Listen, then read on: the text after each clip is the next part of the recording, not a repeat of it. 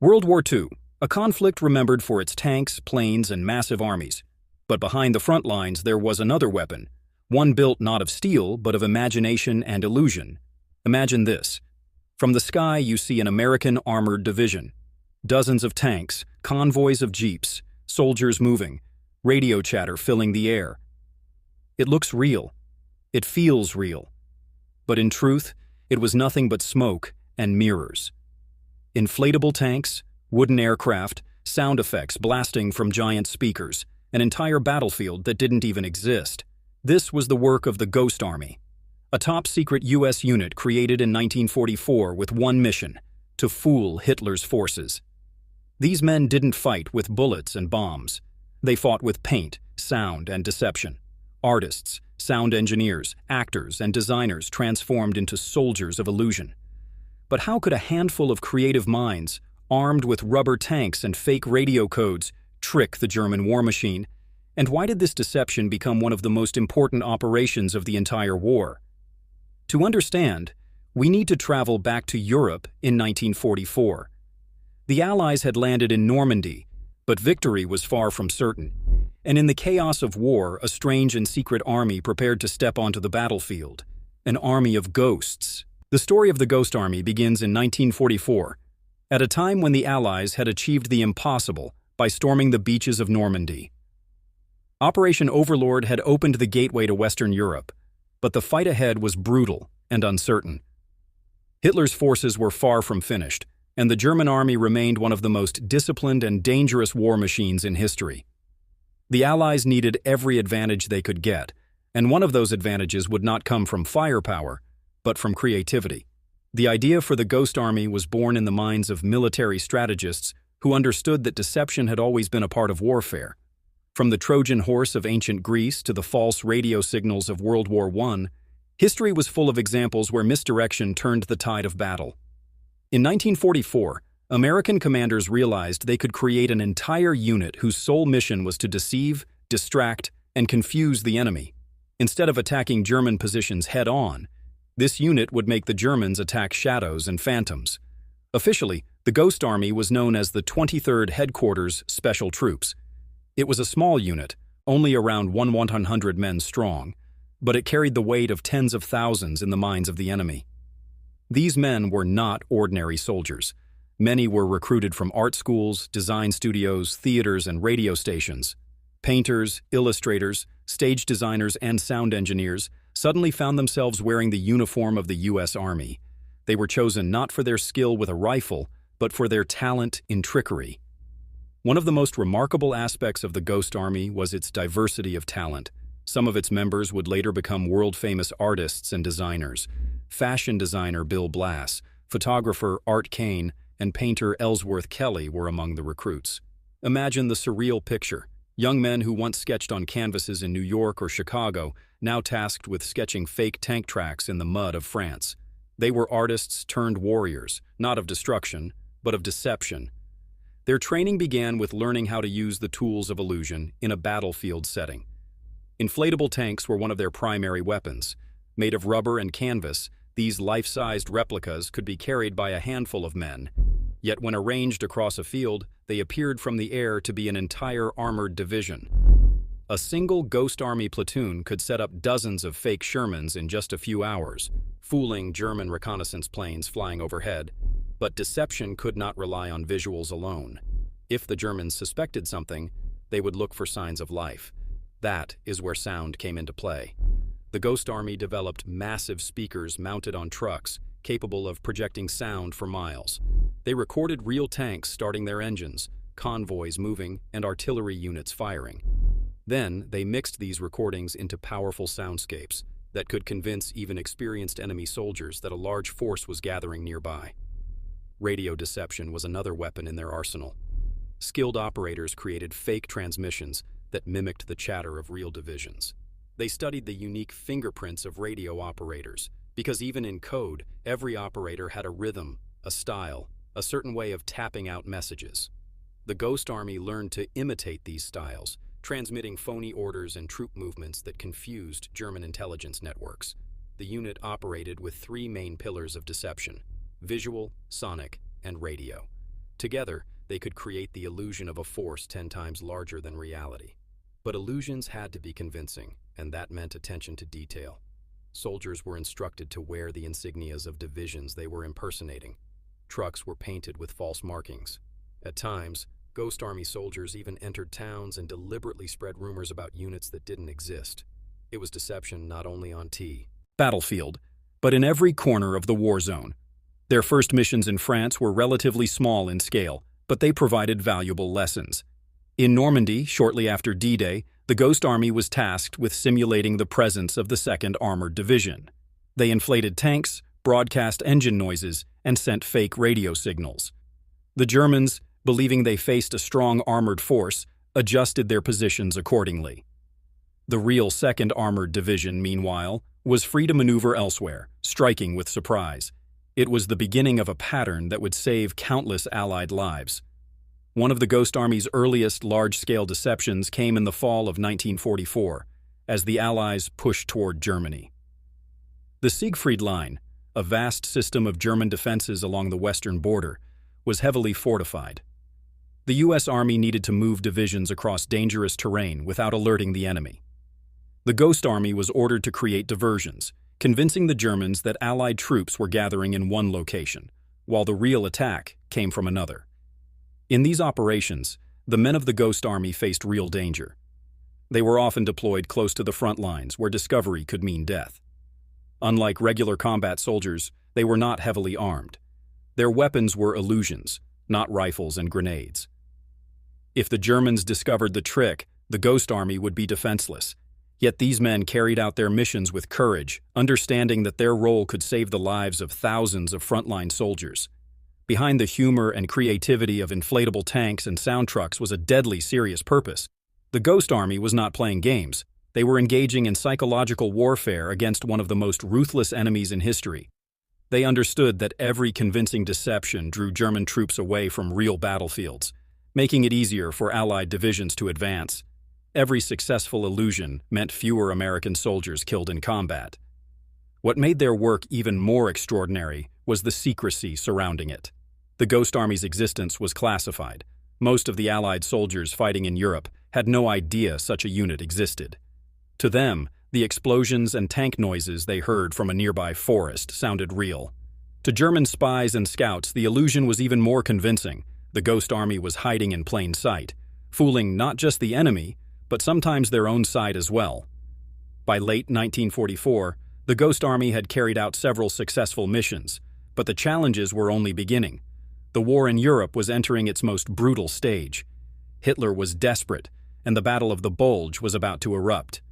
In the freezing forests of Belgium, the Germans launched their last major offensive, throwing the Allies into chaos, and once again, the Ghost Army would be called upon to do the impossible. The winter of 1944 brought one of the darkest moments of the war. Hitler, desperate to split the Allied forces, launched a massive surprise attack through the Ardennes. This became known as the Battle of the Bulge, the largest battle ever fought by the United States Army. The freezing forests of Belgium turned into a nightmare of blood, snow, and confusion. Thousands of Allied soldiers were killed, captured, or pushed back as German tanks smashed through thin American lines. Amid this chaos, the Ghost Army was again called into action. Their mission was not to attack or to hold the line, but to create the illusion of strength where weakness actually existed. In December 1944, as German forces pressed deep into Allied territory, the 23rd Headquarters Special Troops moved quickly, deploying their inflatable tanks, their sonic deception units, and their radio operators. The aim was simple, but incredibly dangerous: to trick the Germans into believing that powerful American reinforcements were arriving, even when in reality, the front line was thin and vulnerable. One of their first deception tasks during the Bulge involved masking the movements of the U.S. Ninth Army. German intelligence was monitoring every shift of Allied divisions, searching for an opportunity to exploit. The Ghost Army created false radio traffic and set up dummy convoys that suggested the Ninth Army was preparing a major counterattack in one sector. In truth, the Ninth Army was being repositioned elsewhere. By the time the Germans realized they had been misled, the real divisions had already moved, saving critical ground and preventing a deeper breakthrough. In another operation near the Meuse River, the Ghost Army staged what looked like a powerful armored buildup. Inflatable Sherman tanks lined the fields, sound trucks blasted recordings of armored columns moving at night, and fake camps appeared almost overnight. German scouts reported back that the Allies were preparing for a strong stand. In reality, the positions were nearly empty. The deception worked, slowing the German advance and buying precious time for real reinforcements to arrive. The men of the Ghost Army faced conditions as harsh as any combat unit. They endured snowstorms, freezing winds, and the constant threat of enemy patrols. Unlike traditional soldiers, they could not fight back effectively if discovered. Their job was to stay hidden in plain sight, to make the Germans believe in an army that did not exist. Every inflatable tank they raised under the cover of night was a gamble. If German artillery had targeted their positions, the illusion would have burst, literally. Yet time and again, they succeeded. As the tide of the Battle of the Bulge began to turn in January 1945, the Ghost Army prepared for their most daring deceptions. The Allies were pushing back, and every maneuver had to be disguised. Near the town of Luxembourg, they created the illusion of the 80th Infantry Division assembling for an attack. The deception drew German fire away from the actual American positions. In another instance, the unit impersonated the 6th Armored Division, sending fake radio traffic that suggested tanks were on the move, when in fact those tanks were fighting many miles away. The genius of these operations lay not only in the physical tricks, but also in the psychology. The Germans began to second-guess every piece of intelligence they received. A bridge spotted from the air might be real, or it might be a decoy. A cluster of tanks might be dangerous, or it might be rubber. Even the most experienced German commanders found themselves trapped in uncertainty. And in war, uncertainty is deadly. By February 1945, the Allies were advancing steadily into Germany. The Ghost Army had proven itself as an invaluable tool of deception, and their missions became even more ambitious. In March, they took part in Operation Viersen, one of the largest and most successful deceptions of the entire European campaign. The goal was to conceal the real crossing of the Rhine River, one of the last major natural barriers before the heart of Germany. The U.S. Ninth Army planned to cross the Rhine at a carefully chosen point, but if the Germans reinforced the area, the crossing could turn into a bloodbath. The Ghost Army was tasked with creating a fake buildup elsewhere, convincing the Germans that the main attack would come from a different location. For days, the 23rd Headquarters Special Troops worked tirelessly. Inflatable tanks appeared along the western bank. Fake artillery positions were set up. Sound trucks played the rumble of heavy equipment being moved into place. Radio operators filled the airwaves with false signals, imitating the chatter of divisions that weren't there. Even the smallest details were considered. Tracks were carved into the mud to mimic tank movements, and campfires burned to suggest soldiers resting before battle. The deception was so convincing that German forces concentrated their defenses against the Phantom Army. When the real Ninth Army crossed the Rhine at Wesel on March 23, 1945, they encountered far less resistance than expected. The Ghost Army had drawn the enemy away, ensuring that one of the most critical operations of the war succeeded with minimal casualties. Operation Viersen became the Ghost Army's crowning achievement, a masterpiece of military deception. By this point, the reputation of the Ghost Army was sealed. They had conducted over 20 large-scale deceptions across France, Belgium, Luxembourg, and Germany. Each mission carried immense risk, and yet they had saved countless American lives by diverting enemy attention. Some historians estimate that their illusions may have spared as many as 30,000 soldiers from death or injury. But for the men themselves, the experience was deeply personal. They were artists and dreamers thrown into the middle of the world's greatest war. At night, they inflated tanks in silence, listening to distant gunfire. By day, they sketched, painted, or simply waited, never sure if their trick would hold. They lived in the shadows of history, creating victories that no one could ever publicly celebrate. Their unit was classified, their achievements hidden, their stories untold. As the war drew to a close in May 1945, the Ghost Army faded into history as quietly as they had appeared. Their final operations helped cover the advance into Germany and the encirclement of the Ruhr, where hundreds of thousands of German troops surrendered. When victory in Europe was declared, the men of the Ghost Army returned home, carrying with them memories of a war fought not with bullets but with creati. When the war finally ended in 1945, the men of the Ghost Army packed up their inflatable tanks, their sound equipment, and their radio gear.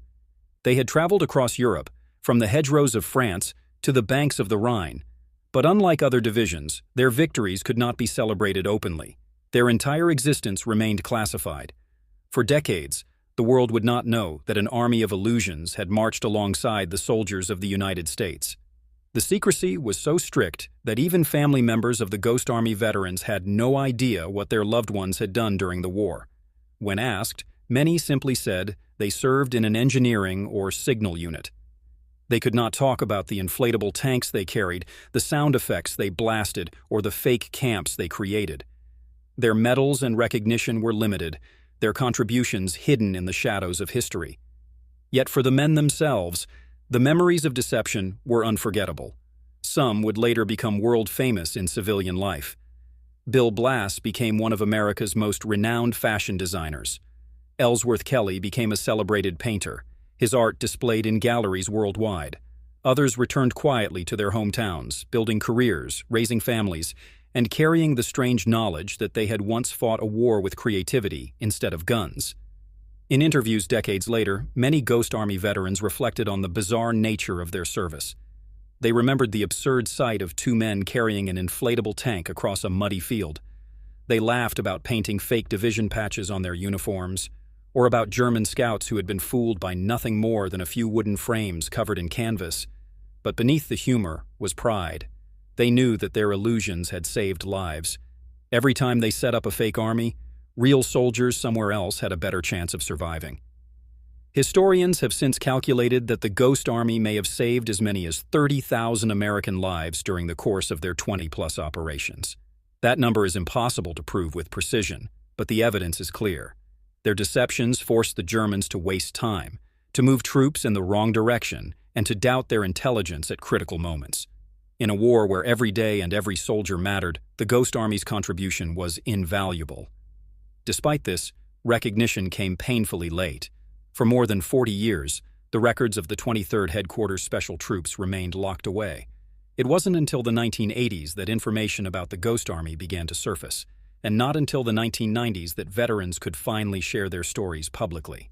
By then, many had already passed away, their secrets buried with them. Those who survived finally received invitations to tell their tale, appearing in documentaries, interviews, and museum exhibitions.